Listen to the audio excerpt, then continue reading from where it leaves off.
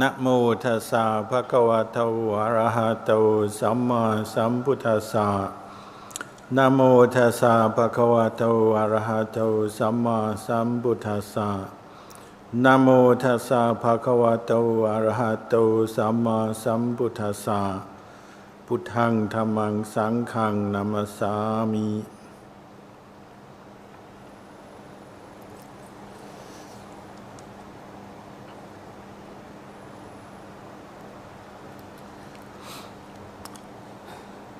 So today we've been participating in this event, Ajahn Chah Remembrance Day. It's 20 years since he passed away.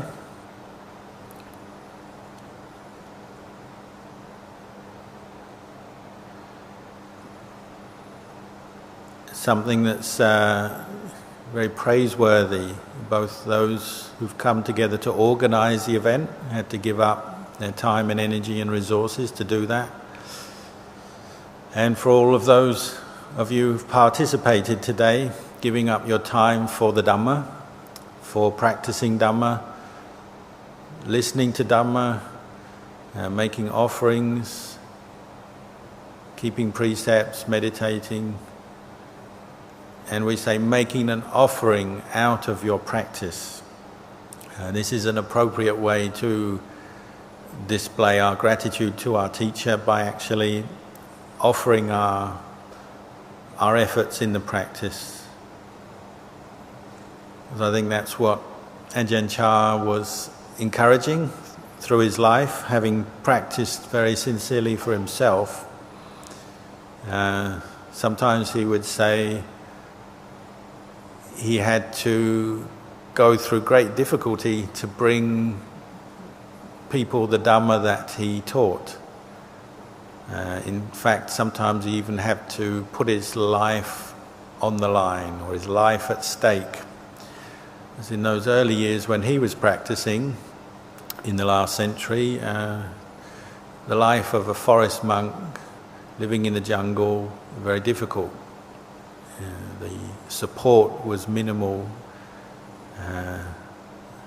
medicines, food and so on, quite difficult to come by. So it was a very difficult life physically, and he had to experience quite a bit of hardship, but he did that willingly for the Dhamma. He sacrificed for the Dhamma, and he always reminded his students, Sangha and laity, that really the Dhamma does have to grow through the sacrifice we make, but it's sacrifice for a good purpose, even though it sounds, just the very word sounds a bit worrying, sacrifice.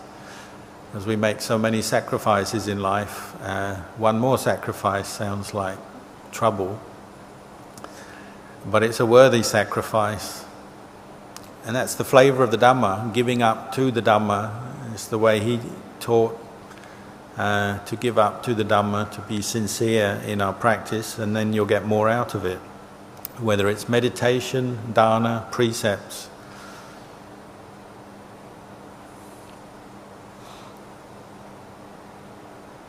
He seemed to embody the teachings, which gave many people great hope and happiness that the Buddha's teachings are still alive today and have been carried on. The Buddha was alive 2,500 years ago, so sometimes that sounds like a long time ago, and it's very easy to get lost in the feeling maybe it's not relevant anymore. The nice philosophy to believe in, some good ideas, but maybe not relevant. But it's our good fortune that teachers like Ajahn Chah have existed in the world to show us that the teachings are still relevant, and human beings still can practice the way of the Dhamma in this current era. And even if we didn't meet Luang Por Chah personally, we can still benefit from his teachings through the books and through the living Sangha of his students that is still here, reminding us that this teaching is relevant and it really is the way that leads out of suffering. And I don't think anybody in this world likes suffering. But what Ajahn Chah pointed out was that if you want to really experience the end of suffering and the happiness of that, then we have to practice. We have to give up to the practice, we have to learn how to practice and then put it into practice in our daily lives. There's a famous saying the Buddha gave, Jittang Dantang Sukhavahang, a well-trained mind brings happiness. And my understanding of Ajahn Chah is that he's a teacher who encouraged people to train for themselves. And he always pointed out that a teacher can lead by example, and he was a very good example. They can encourage, they can give skillful means for us as students to practice, but they can't do it for us. We have to do the practice for ourselves through our own efforts. And that's our great good fortune that teachers like Ajahn Chah have been in existence to give us that encouragement and give us skillful means and reflections and give us the roadmap for how to practice for the end of suffering. And we are lucky, very, very lucky, very fortunate that with these examples, teachers such as Ajahn Chah and his Sangha, the roadmap to the end of suffering is here for us to follow. We have the Sangha to lead us when we have doubts or confusion in the practice. We can turn to the Sangha as those who are experienced in the practice to point out where we are on the roadmap, maybe where we're lost or getting stuck or straying from the path. The important point is there is a roadmap, there is a way to follow, a way to practice, and that's our good fortune. It's something that perhaps we could say we're celebrating today, the fact that we do have a living tradition, a living teaching that can help us in our daily lives to sort out some of the confusion, some of the stress that we inevitably meet living in this world as human beings. So Ajahn Chah was always pointing to the Dhamma and encouraging us to look to the Dhamma, to understand Dhamma, meaning understand truth, the truth of this body, this mind, the truth about life as we lead it, and particularly to understand where does suffering come from, where does stress come from, how can we deal with it. And the Buddha's teachings are very clear here, they cover everything. The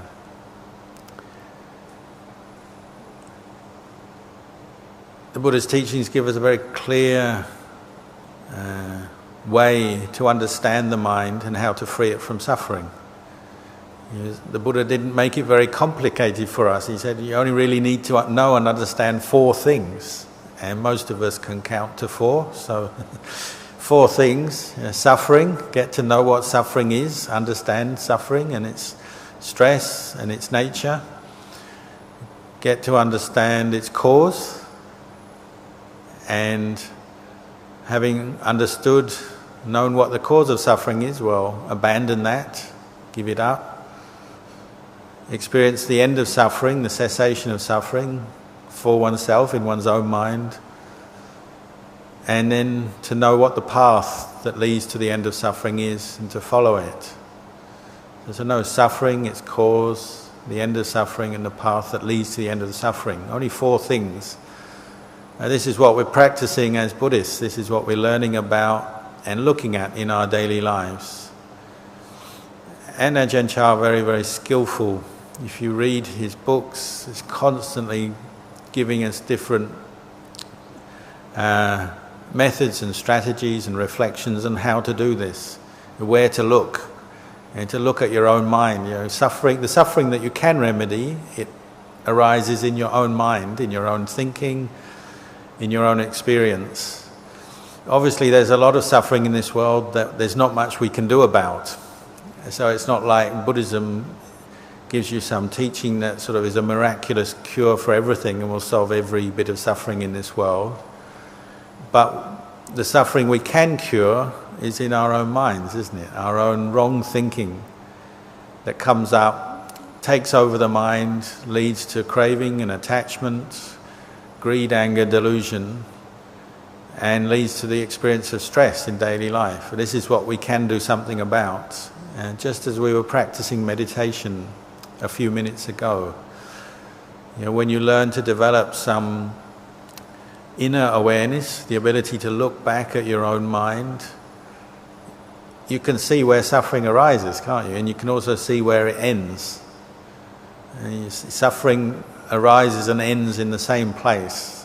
It may be simply just grasping onto some thought, some mood that's come up in your life through some experience, and just recognizing that by turning your awareness back on yourself, looking at your own mind more closely. You might see, oh, I'm doing this to myself.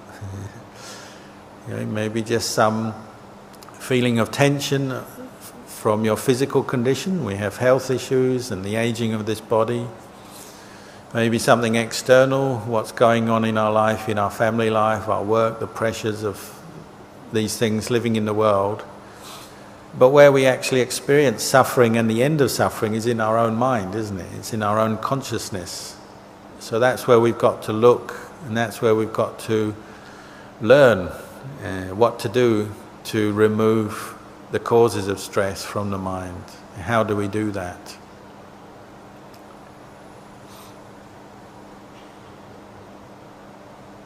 Often we don't actually have to go anywhere or do very much. We simply take that time to stop and pay more attention to what's going on in our life, to what we're thinking, what we're saying, what we're doing from moment to moment through our day. So Ajahn Chah would always be encouraging to develop this quality of mindful awareness and a clear understanding, learning how to reflect wisely on what we're doing, to look more deeply at what we're doing and see what leads to what.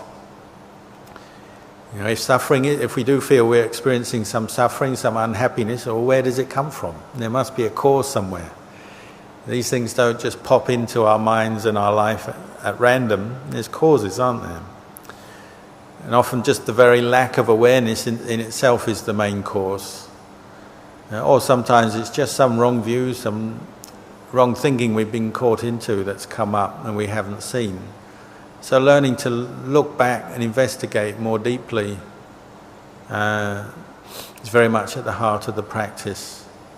So how do we do that? Well, we have to learn how to facilitate that, how to develop the right skills to be able to see our own minds better and know and understand our own minds better.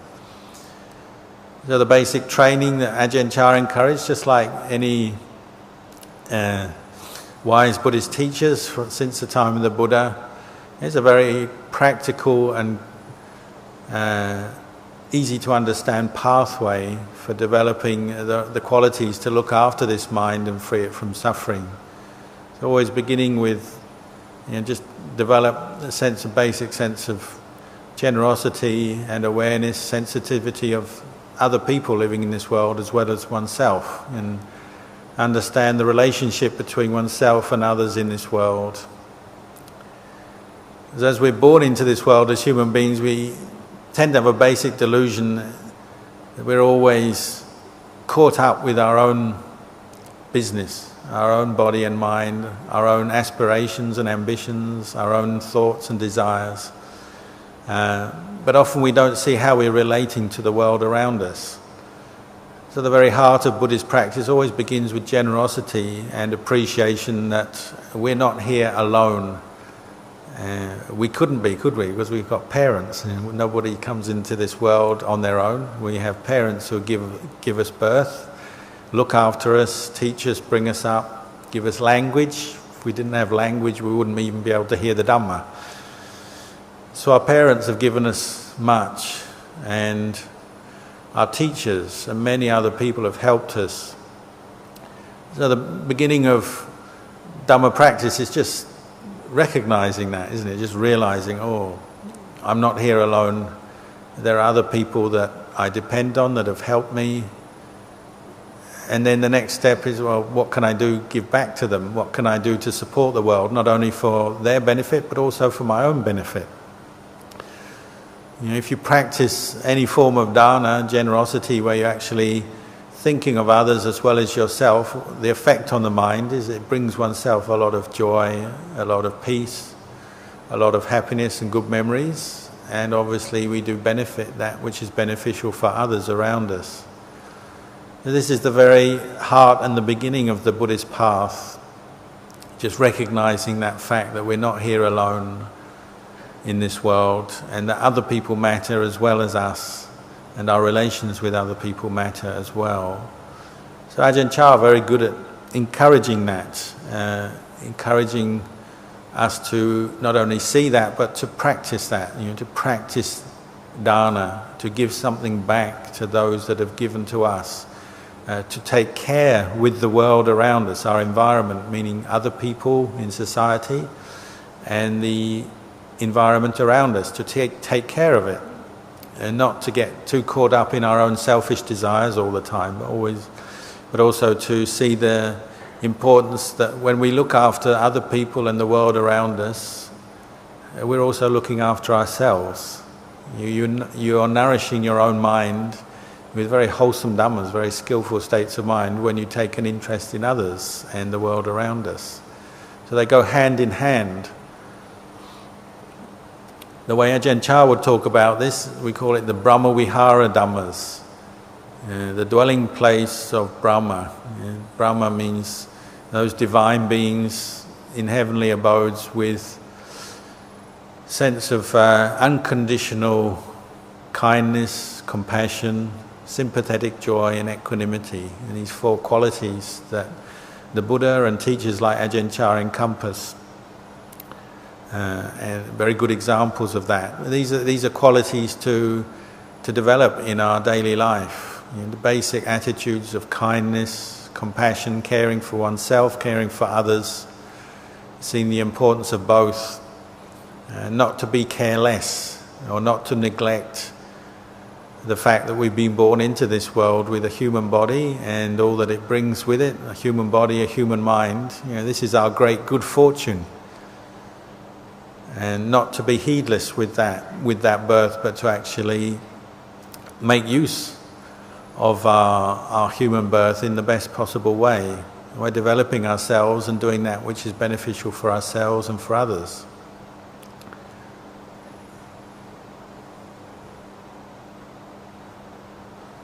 If one gets that basic attitude right, you know, this sort of basic understanding, the importance of establishing our heart in kindness, compassion, sympathetic joy, equanimity, these qualities of the Brahma Viharas, then the attitude is right for developing the other aspects of the path, developing the mindfulness and the wisdom that helps us to clear up our own minds, sort out our own minds and let go of those ways of thinking, those attitudes, those views which cause us so much suffering.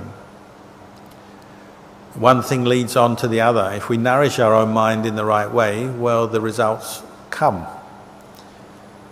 Unfortunately, the way of the world tends to go in the other way, isn't it? It's always about grabbing things, grasping at things, thinking the more I get, the happier I'll be. Whether it's material gain or different experiences of pleasure in this world. That's the way of the world, the way of what we say darkness, you know, that leads on to more grasping, more attachment, more suffering. Suffering because we're never satisfied. If you're always following your craving, just trying to grasp at the things in this world, you'll never be satisfied, will you? Because you can never have enough, because we're living in this world, sharing it with now 7 billion people. You know, if land is the thing you want, well, you're never going to get enough land if you've got 7 billion people to share the world with. You're only going to get a little bit of it at most. Material wealth, all the money, the gold and the other fine things of this world, well, you're never going to get it all, are you? Because you've got to share it with others.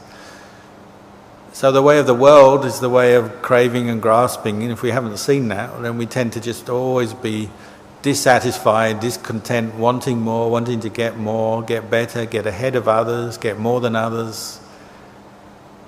Ajahn Chah always encourages us to look back and say, well, the way of the world doesn't actually lead to peace and happiness, does it?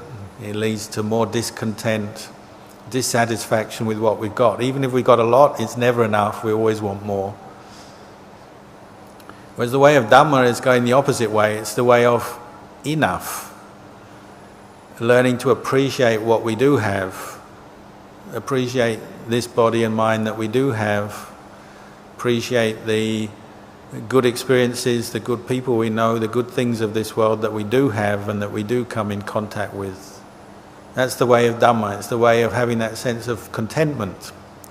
And it is enough. You know, it's a reflection, isn't it? Learning how to reflect on your mind to see what will bring it to peace. So just now we were practicing breathing meditation. This is practicing learning to experience a mind that is content. You know, it's content enough to just be with one breath in, one breath out. As an idea, it sounds very, very minimal, not very attractive to the way of the world, the way of worldly thinking. You know, you go to a cocktail party and tell your friends, I'm just practicing contentment with one breath in, one breath out. Well, probably they won't be very impressed. They'll want you to be telling them about, you know, your successes in business and work and, you know, your kids and which school they're going to and all the kind of normal successes that we talk about. But that's the way of the world, the way of craving, and you'll never find peace in that, unfortunately. Whereas just to learn to be content with one breath in, breath out, that's the way to enlightenment. So it's worth stopping and thinking about that. Why did Ajahn Chah and the Buddha teach this? Seems to be going in completely the opposite direction of worldly thinking, ordinary thinking. Ordinary thinking, you say, I've got to get more, more, more, more. But just look at that state of mind that is wanting more, more, more. It's not peaceful, is it? It's not content. Even when you come to do breathing meditation, sometimes we still bring that same attitude in. And so you're sitting there, breathe in, breathe out, and it's, you know, when am I going to get peaceful? When am I going to get some happiness, get samadhi? When am I going to get the Dhamma? Still we bring the same mind of craving and attachment in, the same mind that drives us crazy in our daily life with discontent and dissatisfaction. So again, we have to look at that. Stop and look and see what's happening to our own mind and start to settle down and let go of these things a little bit. Ajahn Chah said if you meditate and you're trying to find a peaceful mind or gain a peaceful mind in that way through craving, he said it's like looking for a turtle with a moustache. You'll never find it. You can't gain peace, as it were. You can't grasp at peace or sort of get peace in the same way you might, you know, you say, oh, I want to make some money and go and buy something, or there's something you really want, you want to buy a house or a car. It's not like that. The way peace arises in the mind is actually through letting go of all the grasping, all the desiring, all the discontent, all the worry, all that mental stress. You actually have to let go of it. See the suffering of it and let go. And then the mind starts to experience peace all by itself through understanding and actually experiencing peace or being at peace. And this is a very important point, because as long as Buddhism for us remains a kind of superficial practice, that something we just believe in, we believe in karma, we believe in the Buddha was a good person, and we're trying to practice or be good Buddhists. Just on the level of belief is not enough to really experience a peaceful mind. We have to start to internalize it, take it in, and start to recognize the source of suffering for ourselves in our own mind, this mind of discontent. A discontent from trying to grasp at things, want things all the time, never satisfied with what we've got, or the mind that's trying to push away things that we don't like, experiences that we don't like, people that we don't like, and so on. In short, it's these two experiences of attraction and aversion that unsettle the human mind, and it's only through observing and learning about this that we'll ever bring the mind to peace and the end of suffering. So over and over again, if you read Ajahn Chah's books, listen to his talks, this is what he's talking about, learning to let go of the mind. There's always grasping at things, pushing things away that we don't like, grasping at things that we want. Learning to see that, see the suffering of that, and let go, and bring the mind to its natural place of peace in the middle. Place where it's content within itself. Place where it has a sense of enough. This is enough, good enough. That's something we have to experience through our own efforts. It's not something you can just believe in, or you can't buy that, you can't get it from another person. You have to actually find that through your own efforts. And this is why we encourage to develop the Buddhist path in practice in daily life, to develop the precepts, use them as a guideline, develop mindfulness, and learn to wisely reflect on our experience. And that's where you can really bring your mind to the sense of inner satisfaction that Luang Por Chah was talking about.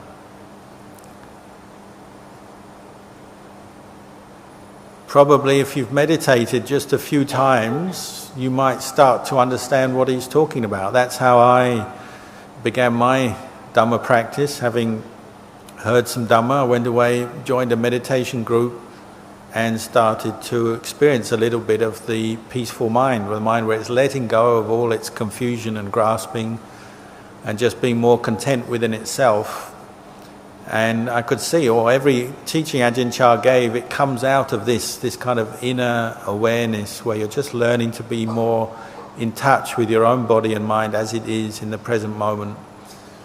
All the other Buddhist teachings come out of that, and you can understand from that. And you can understand that ultimately this world that we live in, it's very temporary, isn't it? Very impermanent. You can have as much happiness and pleasure that this world can give you, but it's all very temporary. You can travel, you can earn money, you can go here, go there, have the nicest food, the nicest place to live, and the nicest clothes, and everything that this world gives you, but all of it very temporary. The real place where we can find true inner happiness is inwardly, through training this mind, developing it with mindfulness and wisdom. And we have to come to the conclusion, we have to accept the fact we are getting older every day. None of us are getting younger. As we get older, this body is starting to wear out, gives us more aches and pains, more problems. The things of this world that we can experience, we'll also have to leave behind. As we leave this world, we can't take it with us. What can we take with us? It's the mind, the peaceful mind and the good karma we've developed through our practice. That's our ultimate refuge. That's the Buddha within us, or the Dhamma within us. The Buddha is not so much out there, the statue or the Buddha who lived 2,500 years ago. What the Buddha really said is the real Buddha is the Dhamma that arises in our own heart, where we see the true nature of this world. We see this world is very temporary, very impermanent. It's ultimately something we cannot own, we cannot take with us. Even our own body we can't take with us, we have to let go. When we can see that and accept that through contemplating, understanding the Dhamma, just as Ajahn Chah taught us, then the mind starts to become peaceful.